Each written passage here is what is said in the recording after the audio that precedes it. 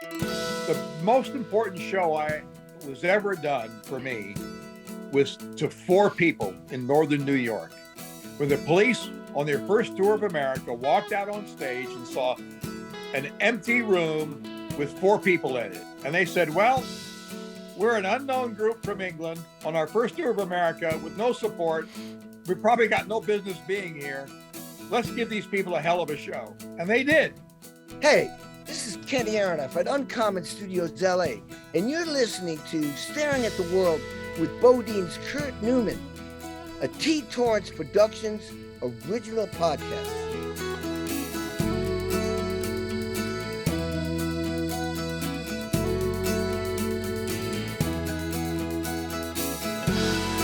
Hey everybody, it's Kurt Neumann from BoDeans, and we're staring at the world. Today we're going to be speaking with Mr. Miles Copeland, famous manager who's worked with the Police and REM and the Go-Go's and lots of people. It's going to be very interesting, so tune in.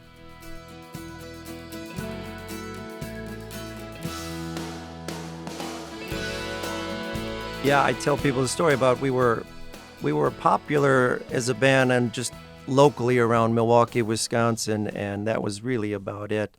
But and that was all good, and it felt good to have a popular band in your little city. But it wasn't until we signed the record label that a year later I found myself in the middle of the country in an RV driving through the snow, playing for whatever people you could get to show up at any gig anywhere, and that was really part of the process of building an audience, you know, that you went kind of door to door and you knocked on every door and you played, you did what you could do to get them interested in your music, including going to the radio stations. I mean, you'll see, even in politics today, you'll see people doing exactly the same thing. You get noticed, let people know you exist, getting out there.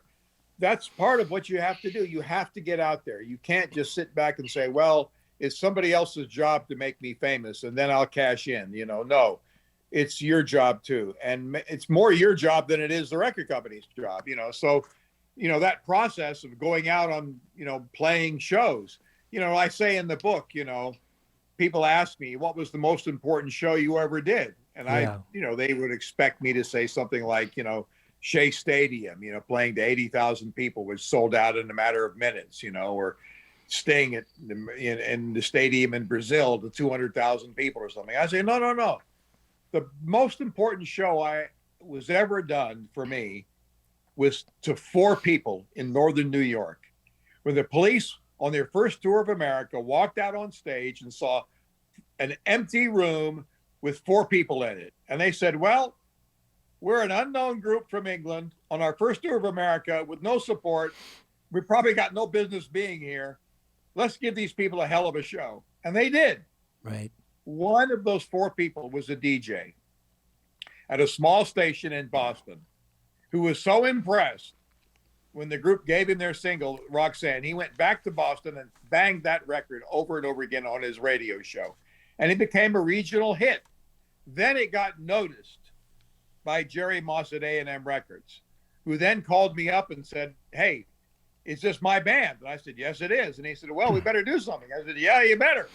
And so we got him back to America, and that was the start of it. So it was literally, the lesson learned was don't be worried that you're only playing to four people, because you never know who one of those four people might be. It could be 10 people, 20 people, 30 people, or one people. You never know. So always do your best. I have the exact same experience of before we were even signed as a band. We took it upon ourselves, like, we're going to drive to New York City and play some gigs, and our manager had rounded up 3 shows we could go play at just some random clubs out there, and same thing, very few people in the audience. We played this show, and one of them happened to be a writer for Time magazine, and he went back to his editor and said, we got to write about this band I just saw. They were unsigned, but they were incredible. And so 2 of our biggest articles in those trades came from just playing random little shows where somebody caught us and it's good luck, but it can make all the difference in the world. I was very surprised when I heard you tell that story because I had such a similar experience to that. Well, a lot of people imagine, that success has, you've got to have some big newspaper or somebody, it can be some not particularly important person who kind of believes, if you get one believer, you can get two. If you can get two believers, you can get four. If you can get four, you can get eight. Basically, that's the game. So, you never know. It could be some podunk place in the middle of nowhere, Yeah. and somebody comes along and says, "Wow, this is the greatest thing I ever saw." And that person will roll his shirt sleeves up and become an important aspect of your career, So, that's one of the important things. You never know where success is coming from. It's like luck, luck will strike. But if you're not out there all the time, luck doesn't ever have a chance to strike.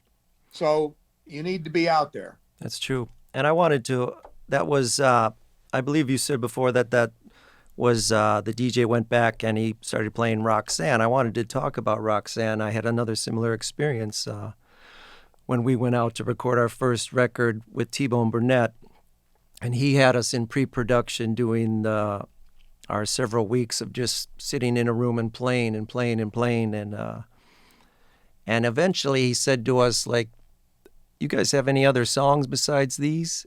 And I was like, "Sure, I got these other songs." And I played him a song called Fade Away that was on our first record, and we finished that song, and he looked at us and he pointed and he said, "That's your first single." Now, that's a song we didn't even think was going to make it on to our first record. And I heard you tell us a similar story about going into the studio and hearing Roxanne. Could you tell that today? Yeah, when the Police had really started off, it was Stewart's idea that let's get into this. We're the whole idea of the punk movement was anti-establishment, doing your own thing, doing it your own way. You don't need all this equipment to be successful and all that. So Stewart really was thinking of the Police as a punk group.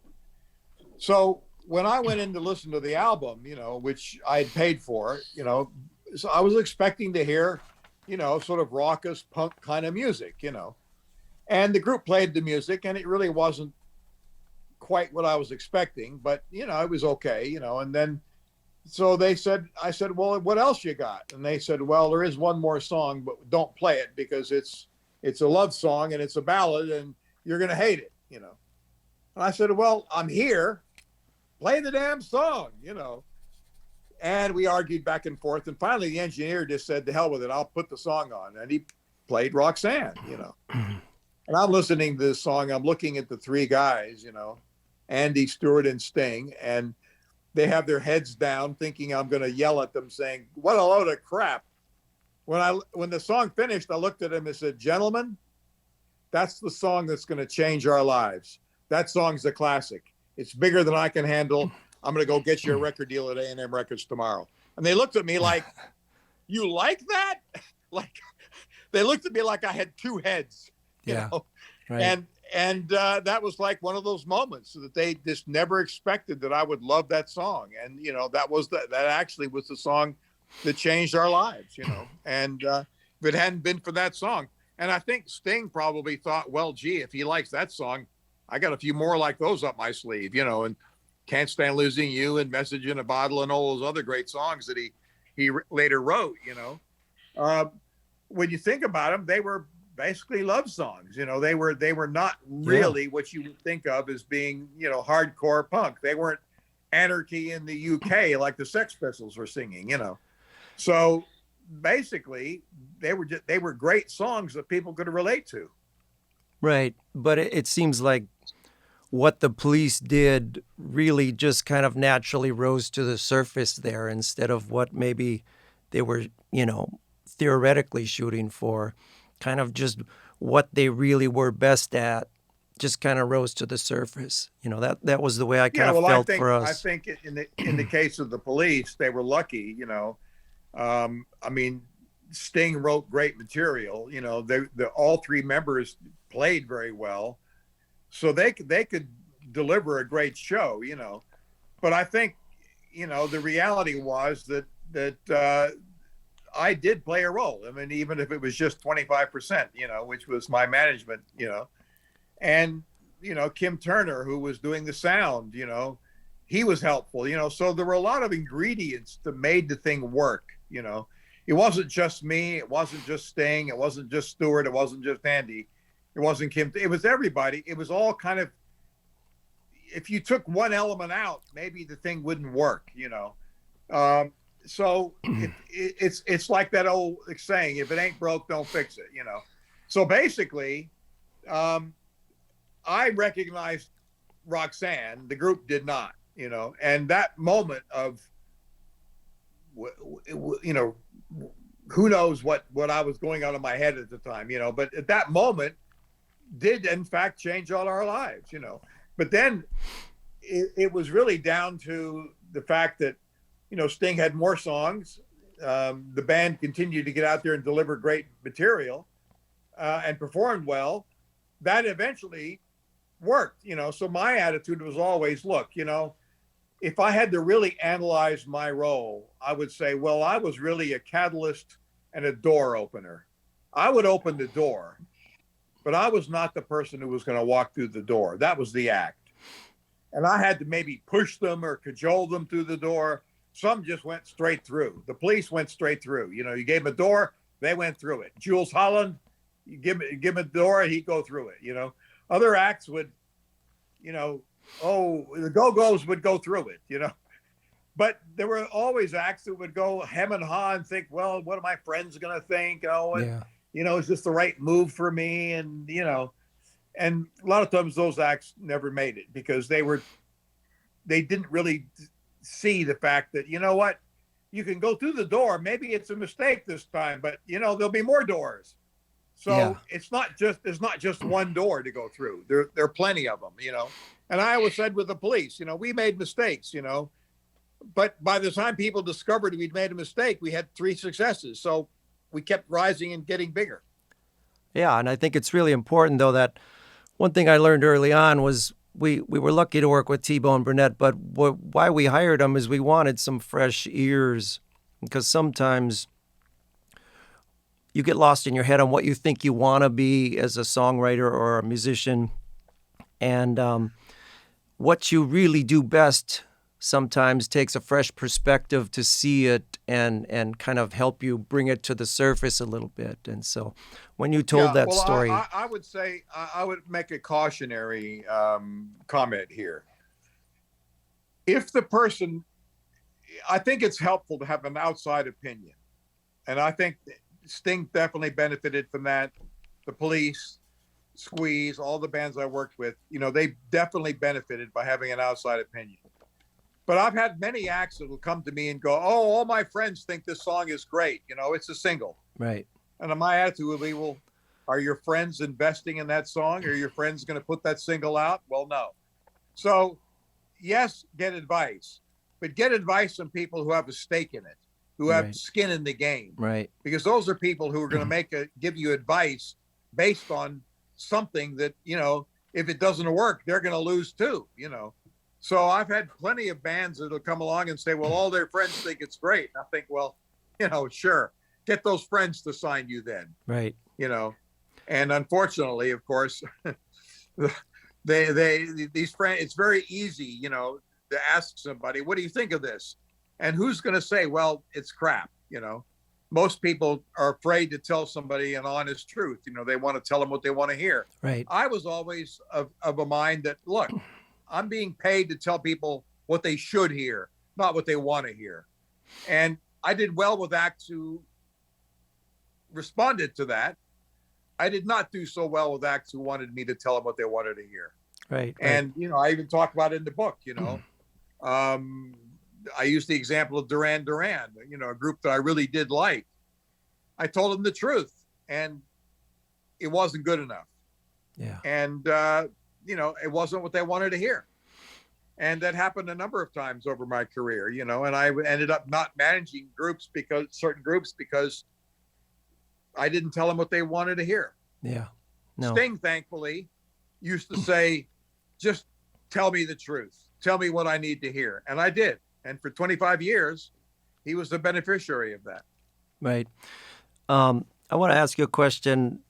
I've never heard you talk about it, and I don't know. I don't know if you know anything about it, but one of the early things I noticed about the police records in general was the production of having the drums kind of so far up front and stuff. Can you tell me, was that ever like a thing you guys were doing on purpose, like had some thought about or discussion about, as far as it almost seemed like Stewart's drumming was like the lead instrument sometimes and some of the other stuff was not, and I thought it was really unique at the time. Was that something that was done on purpose? Well, Or I would say that, the band was started by Stewart, and it was a three-piece group. So the fact that, he was a drummer and started the group perhaps influenced the fact that, when they did the recording, the drums were prominent. If it had been 20 musicians, then of course they wouldn't have been so prominent. But being three, there's only three instruments. yeah, But I think one of the realities was that, later on, 5 albums later, Sting decided, well, I want the drums to do a certain thing, yeah, and they may not have fit in with what Stewart wanted. And he decided, maybe I should do a solo album and then I can get exactly what I want. yeah, And maybe that's what happened. maybe. I'm not going to speculate, but I think in the case of the Police, Stewart always did imagine the Police as being his group. He found Sting. He encouraged Andy to join. And he started life as a solo drummer, basically. He had nobody to play with in Beirut, so he'd play by himself. So he was used to filling in every niche and cranny, with drum fills. So he was somebody that was, he was a soloist. He wasn't doing a drum pattern that was going to fit in some song. That's why I always hated Every Breath You Take, because the drum pattern right. was pretty much the demo, and it was very little for him to do. Right, but I find that's kind of what I'm getting at with the creative stuff that you do as a band. I just personally found that to be so interesting on those early records of what was going on. Andy Summers wasn't being a crazy lead guitarist who was playing 1,000 notes. He was almost more of a rhythm instrument, and yet there would be 2 tracks of hi-hat or something going where Stewart was almost doing, the more lead instrument at the time. And I think that's part of that creative element I'm talking about, that you work with what you got and you be as creative as you can in any given moment, and usually something really creative happens. Yeah, well, they did what they did, and certain songs worked and certain songs didn't. Most Right. of them worked. When Stewart, the first 2 Police singles, Fallout, Nothing Achieving, were pretty much written by Stewart, and they were definitely in the punk mode. Yeah. Roxanne and all the Police songs were not. Right. But they were songs that got on the radio and people heard, and people related to, because they were, I guess, of a subject matter that people could relate to. Whereas Nothing Achieving and Fallout were songs that fit the time, basically, but were not ones that the radio welcomed. Yeah, it was the same But for the us. reality was the Police grew and changed as time went, as did people's tastes. So it really wasn't until the last Police album that it went straight to number 1. Right. Although in England, the second album went straight to number 1. Right. Which was the second album in the U.S. did worse than the first album. So each territory had a sort of a different Yeah. I know what you're time saying. to respond to the group. By the second album, the Police were definitely the biggest group in the world outside of the USA. In the USA, it took a couple more albums before they really reached the pinnacle. Yeah.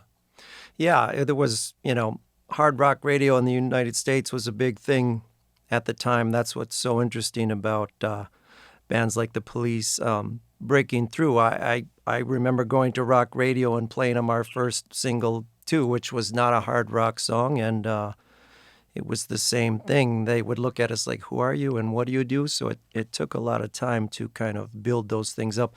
Another thing I wanted to talk to you about quickly was, and you've hinted at a little bit, was the struggle between Stewart and Sting of what was going on. And as a musician, I heard rumors of, fighting in the police and stuff. And how big of an issue was that for you to have to deal with at the time between them?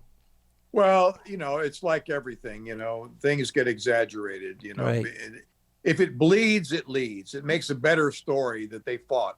right, So you don't believe everything you hear. Were there times, was there tension, were there times that Sting wanted something done one way and Stewart wanted it another? Yes. That happens in every group. sure does. Were there moments where there was a lot of tension? Yes. But I think a lot of the stories of fighting were really the media trying to,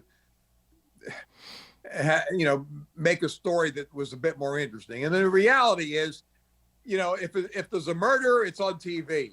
If it's a nice day and everything's fine, it doesn't get on TV. That's the reality. So If it bleeds, it leads. So there was never a problem when you went on to work with Sting alone. Everybody stayed pretty good and friendly about everything. Yeah, I think probably, Stewart might have resented it a bit, but I never felt anything. I continued to work with him and with Andy.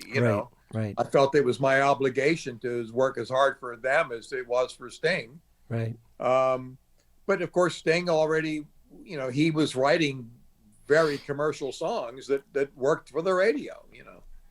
And also the record company believed a lot more in Sting than they did in Stewart or Andy. Yeah, exactly. I want to go back to another story you talked about early on, and this gets into just what I feel like you guys, you kind of had to do things your own way and you functioned by a gut feeling. You tell a story about early on getting into management and trusting some people and kind of getting scammed by them that almost caused a bankruptcy for you. Do you know what I'm talking about? Well, basically, I started off in the business with a very positive attitude that, what goes up, goes up. You know, Right. I didn't really learn that what goes up can also go down. So I continued to try to find ways to make Wishbone Ash and Renaissance and the Climax Blues Band and the various progressive rock bands I was working with succeed. And I dreamed up this idea of a festival tour, and I would get Lou Reed and Mahavishnu Orchestra and various other bands to join. And I would use their fame to help propel my acts to get bigger. And we did this big European tour, sort of the first moving festival tour of, which we see with, Lollapalooza and others, But basically, I bit off more than I could chew. And the whole thing fell apart. And I ended up almost bankrupt. I lost everything. And a lot of the bands left me and because I no longer had any money. And that was a lesson I needed to learn. And I think it was an important part of the book in that I said, I started off with that saying that if I hadn't had that happen, I probably never would have got involved with the punk rock movement. I never would have worked with the Sex Pistols. I never would have handled, the Police would have never existed. Squeeze and the various other bands might have disappeared. REM might never have happened. So I think that mistake, that comeuppance, that disaster turned out to be a important moment. And it was something that actually needed to happen and became the foundation for what later on became my life. Yeah. And now these days, you're working with more world music, and can you talk a little bit about that? Are you working to kind of make that bring it to a greater audience? I've always looked for stuff that's not where I'm not going to be, fighting the majors, basically. I don't have the money of a Warner Brothers or a EMI or a Universal, so I would always go for niche product. I would always go for something that nobody else was interested in. And nobody was interested in the punk rock movement, So I could sign the Buzzcocks, because nobody else was there. I could sign the Go-Go's. because I was competing with nobody, And the same later on, when I was looking for stuff that I could afford, who was interested in Middle Eastern music or, world music is not music that every major label is chasing. Right. So I kind of always looked for that left field stuff. I would look for acts that would happen out of France or out of Germany or out of the Latin American countries. I became interested in rock en español out of Spain and then out of Latin America because the music was interesting. The fact that it was in a foreign language, well, who cares really? Right. A lot of rock and roll, you can't understand what they're saying anyway. So if they're singing in Spanish, who cares? It's the feeling, it's the vibe sometimes that you get into. And Absolutely. when I listened to Chef Mami, I didn't really understand all the words he was saying, even though I could speak Arabic. His dialect was so different, but his vocalizations were so amazing and the music was so strong that I thought, well, it's great. And I got Sting interested in it, and he wrote Desert Rose, which we got Chef Mami to duet on, and it became a huge hit. So it went to show that, the marketplace will respond to music that is good music.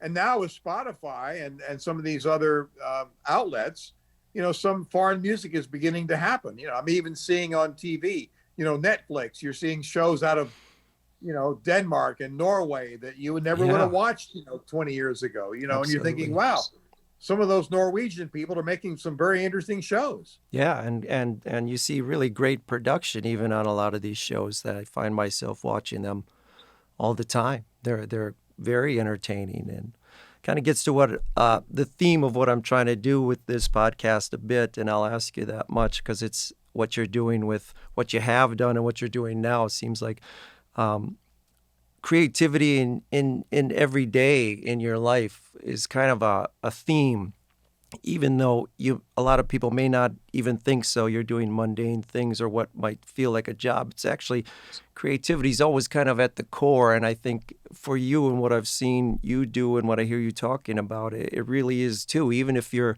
talking about selling a record or making money or stuff, you're still trying to do it in a way that creativity is kind of at the core of that. Do you feel that way? Well, like I said earlier on, I signed stuff I happen to like. But then my job was, okay, how do I get other people to know it exists and they like it and get them to like it too? So it's a double-sided job. One is, all right, I like it. Let's go for it. The other is, okay, how do we go for it? How do I get other people interested? That's really the making of the breaking of it. That's what either the record company does it or some DJ comes along and gets into it or some journalist or, whatever the method is, my job was always to find the way to make other people know something existed. And then it was up to them to make the judgment of whether they liked it or not, Yeah. So maybe they did, maybe they didn't, in the case of the Go-Go's, they liked it. Wall of Voodoo, Mexican radio, they liked, until Stan Ridgway decided he would kill the record, there are many, many songs along the way that, were great songs that, I opened the door and people responded to them. Other times I opened the door and nobody responded. Those things happen too. But you said you looked for bands a lot of times who are willing to get down in the dirt and do the work. But I still feel like that's really a creative process. How are we going to do this? How are we going to get our music here? Even if are we going to do it by getting in a van and going door to door? Are we going to play something different? However you do it, you always have to come up with that idea somehow. Yeah, either the band comes up with it or the record company comes up with it or the manager comes up with it or the agent, somebody. But it usually has to be the act. Yeah. And my view is, look, if you want to be lucky and wait for luck to play its role, then that's kind of sitting back, and I'm not prepared to let luck dominate my life. I'm going to try to make luck happen, Right. So by actively trying to find some avenue to get people to notice something, then luck has a chance to come through. Somebody might respond. So it's not just creativity. It's the creative process is not just about writing the song. It's also about how do I get it, how do I get people to pay attention to it? How Exactly. do I get people to know Right. it exists? Right. And a lot of that creativity could be the clothes you wear, could be the hairstyle you wear, could be the, Kiss painted their faces. It made people notice them. Yeah. Um, Lots of different so things. creativity is not just about, I've got to write this great song. That's what's going to make me happen. No, that's part of it. But I also need the element of, okay, I need somebody to pay attention to this song. How do I make that happen? And Yeah. it could be that I have to, Alice Cooper bit the head off a chicken, what's the method, So it's really the two things. It's, you got to have the music and you got to have the way to get it exposed. Yeah, and not, I've heard you say this, not find ways to stop it from moving forward, not look for all the reasons why it won't work or could not work or might not Yeah, I work. mean, there are plenty of people who I like to say the analogy of, the glass is half full. There are people that see the glass as half full, and there are people that see the glass as half empty. Yeah. And in my experience, there's a third group. Those are people that aren't quite sure whether the glass is half full or has half empty. Right. And my job is to come along and say, guys, it's half full, Yeah. so take advantage of it. And sometimes people would say, okay, you're right. I'll go for it. And other times people will go like, well, I'm not so sure. Maybe it is half full. Maybe it's half, I'm not so sure. Right. And I always find hesitation is the killer. I say, go for it. Make Yeah. mistakes. Just go for it. Right on. That's great. I want to ask you one last standard kind of questions here. I ask everybody. It's your worst idea you ever had that might have looked great on paper, or in an idea you had, but turned out bad. Does one come to mind for you? Well, I had for a number of years, I worked with a project which I thought was going to be the next river dance. They were called the Belly Dance Superstars. And we did great shows, but the reality was that we just never got a big enough audience to make the thing pay. So yes, we had a show that I thought was equivalent or better than Riverdance. We toured, we did 800 shows in 25 countries, but I could never just get the thing to the point where it would really make money. Yeah. And finally I had to just say, you keep trying, you keep trying. After 7 years, 8 years, you know what? As somebody in my company once said, look, if you keep trying to do the same thing over and over again and you Yeah. fail over and over and over again, at some point you got to say, you know what? It ain't going to work. Yeah. And so I think the Belly Dance Superstars were creatively a success, but financially we're not. And so if I had to say that was a failure, then I would say, well, probably financially they were a failure, even though I would say, aesthetically, it was a success. Right. And on the flip side of that, the best idea that you had, would you consider it one that was like a financial gain or one that was just more of a gain in your life experience, something you gained from it? Well, I mean, if I had to look back and say, well, what was the thing that was the most important? I guess it was that moment of recognizing Roxanne, the thing that was going to change our lives, because Roxanne led to the police becoming the biggest group in the world, which led to the opportunity to have IRS records, which gave me the Go-Go's and Fine Young Cannibals and REM. And, so if it hadn't been for the police success, I might have just been, another one of those managers that sort of trucked along and did okay, But the police going to become this phenomena, which kind of made me a phenomena as well. And the record company, IRS Records, became a phenomena. And, it all kind of came from that one moment of recognition of something was special in Roxanne, something that I noticed, but nobody else did, And, the reality was that I think back and I think, well, the same thing happened with Walk Like an Egyptian, which the record company said, it ain't a single, it's too quirky. And I said, but are you nuts? That's the single, Same happened with Desert Rose, record company said, It ain't a single. And I said, well, it's the best song on the record, the Go-Go's. I mean, they were obviously going to be a success. Was it going to be a number one? Well, who knew? But the reality was, you would think the average person would think, well, how bad could it be? They can play and got good songs. They're fun, they're exciting. But the thing that really changed everything was that moment of Roxanne, and then that DJ recognizing that they were special, and the Police becoming the biggest band in the world. Absolutely. Well, hey, I want to say thanks for talking to me today. It's meant a lot to me to be able to talk to you, just because in my world of musicians, you have been legendary and stuff like that. Is there anything else you want to talk about that people always ask me that in interviews? I'm asking you. Well, I say that, we started talking about the book, and as I say, I hope that the book is something that not just people that are interested in the music business will read and benefit from. Obviously, I think that there's a lot of things that any music artist can learn from in that book, that might apply. But I think anybody with a restaurant or a small business, whatever, there's a lot in there.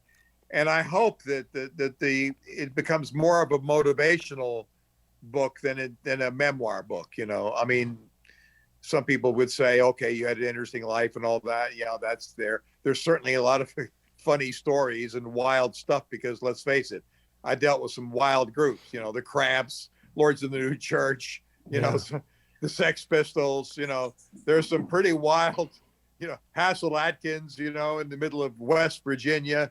I mean, there are tons of, pretty wild stories, the Jenner torturers, so there's plenty to amuse and entertain, but there's also a lot of lessons that hopefully people will learn from. And I hope that becomes the end result of the book, that it's more than just what I did, and, isn't that great, Yeah, no, I agree. I think, at the end of the day, even being in a band, once you sign a record contract, you become a small business, whether you like it or not, and you have to deal with it. And I think the things you talk about in the book apply across the board to all of that type of thing. So I think it's a really good read for everybody to go out there and check it out, because it applies to, you have to be creative in any business, and you have to adapt to whatever you're doing in any kind of situation of life, whether you're parenting or in business or in a band. It's all the same kind of adapt and pivot. And the other lesson I would say, was something Sting once said to me. He said, look, be nice to the people on your way up, because you never know, you may need them on your way down. Yeah. And I think that's a lesson that is well needed. I remember a group called The Knack, whose album went to number one, and they became real jerks at the end of that record. So they figured, well, we don't have to do all that stuff we done on the first album. So the second album comes out, and everybody says, well, to hell with you then. Yeah. And of course, the second album bombed, because the group just took this crappy attitude, and they should have learned that lesson that Sting told me, be nice to the people on your way up, because you may need them on your way down. I agree. That's a lesson that I think everybody should learn and apply. All right. Well, thank you so much for being here and talking to me. Take care and have a beautiful day in France. Good luck with your podcast. All right. Thanks a lot.